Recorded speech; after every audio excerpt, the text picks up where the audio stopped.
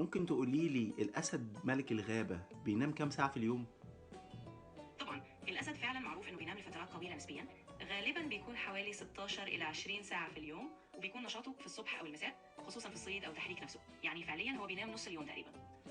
طب الحمار اللي طالع عينه في الغيط بينام كام ساعة في اليوم؟ الحمار العادي بقى اللي بيشتغل في الحقل طول اليوم، بينام بشكل عام حوالي 3 إلى 4 ساعات في اليوم، يعني نشاطه بيكون متوزع أكتر على اليوم، لكنه بياخد فترات راحة قصيرة خلال اليوم. بريك يعني بياخد بريك في وسط اليوم وهو شغال زي الحمار.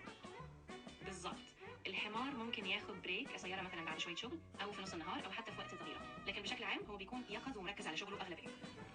يعني أنا كده بشتغل كتير وبنام قليل، أنا زي الحمار مش زي الأسد، مظبوط؟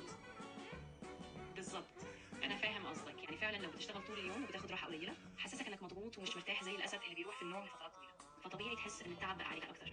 وهل أنا كده لوحدي الحمار ولا في حمير كتير زيي؟ لأ، بصراحة ده وضع شائع جدًا،